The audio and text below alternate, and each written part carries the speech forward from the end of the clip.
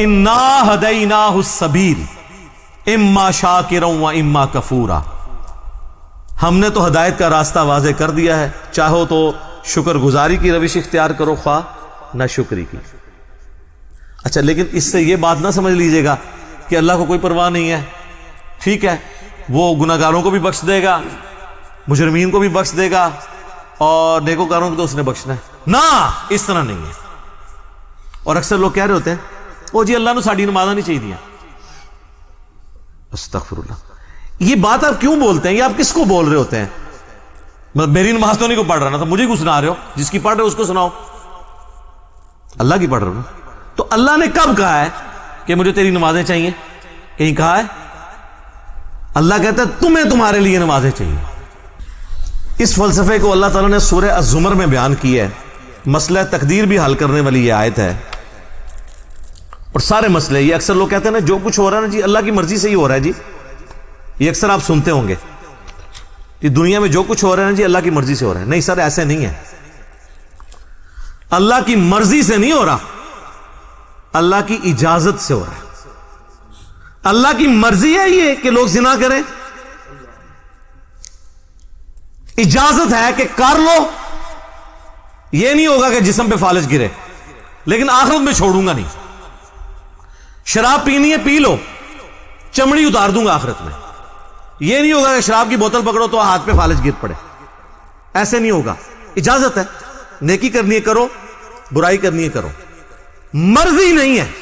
مرضی یہی ہے کہ پیغمبروں کا راستہ اختیار کرنا۔ یہ فلسفہ جو ہے نا سورہ زمر میں بیان ہوا ہے، آیت نمبر 7۔ سر یہ 7 نمبر آیت تو آپ سارے اپنے قریبی لوگوں کو سنائیں، اپنے آفیسز میں سنائیں، اپنے دوستوں کو، گھر والوں کو۔ ان تکفروا فإن اللہ غنی عنکم، دیکھو اگر تم اللہ کا کفر کرو گے، ناشکری کی زندگی گزارو گے، تو یاد رکھنا اللہ بے پرواہ ہے، اللہ کو کوئی فرق نہیں پڑے گا۔ لیکن اس کا یہ مطلب بھی نہیں ہے کہ اللہ کو نہیں فرق پڑا تو اللہ تعالیٰ چھوڑ دے گا، نہیں۔ وَلَا يَرْضَى لِعِبَادِهِ الْكُفْرِ، لیکن میں کبھی راضی نہیں ہوں اس بات پہ کہ کوئی میری ناشکری کرے، میری نافرمانی کرے، میرا کفر کرے۔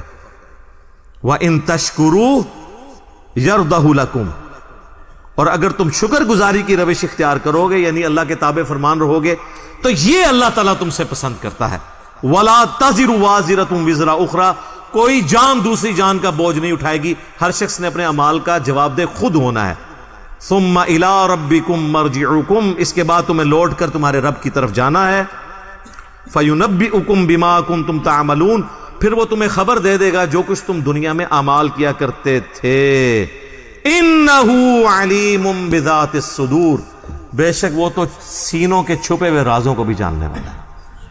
اللہ اکبر، یار اللہ سے کون بھاگ سکتا ہے؟ میرے بھائی آپ اپنی داڑیوں سے، پگڑیوں سے، نمازوں سے، تسبیحوں سے دنیا کو دھوکہ دے سکتے ہیں، قانون کو چکما دے سکتے ہیں، اللہ سے بھاگ کے کہاں جائیں گے؟ اللہ تو اتنا باریک بین ہے کہ جن لوگوں کی نماز، حج، زکوٰۃ بھی لکھے ہوں گے نا قیامت والے دن، فرشتوں نے نیکیوں کے ڈھیر لگائے ہوں گے، اللہ 0 سے ملٹیپلائی کر دے گا۔ اللہ سے بڑا ڈر لو سر، اللہ بڑا ڈاٹا جائے۔ ہاں اللہ والے بن جاؤ تو اللہ سے زیادہ کوئی شفیق نہیں ہے، لیکن اللہ کے نافرمان ہیں تو سر اللہ بڑا ڈاٹا جائے۔ مسلم شریف میں حدیث ہے سب سے بڑی 3 نیکیاں کون سی ہو سکتی ہیں؟ تینوں نیکیوں کے بارے میں نبی علیہ السلام نے کہا کہ یہ کرنے والا بھی جہنم میں چلا جائے گا۔ نمبر 1 آپ نے فرمایا قیامت والے دن اللہ تعالیٰ ایک شہید کو اٹھائے گا اور پوچھے گا میں نے تجھے اتنا کچھ دیا، اچھی صحت دی، تو نے میرے لیے کیا کیا؟ وہ کہے گا یا اللہ جان سے قیمتی کون سی چیز تھی تیرے لیے دے دی۔ تو اللہ تعالیٰ فرمائے گا تو نے جان اس لیے دی کہ لوگ تجھے بہادر کہیں، تو دنیا نے تیری بڑی تعریف کی، تو دنیا سے اپنا اجر لے چکا ہے، میرے ہاں کوئی اجر نہیں، اوندھا منہ کر کے جہنم میں۔ فرشتوں نے اسے شہید لکھا ہوا ہے، اللہ نے کہا نا،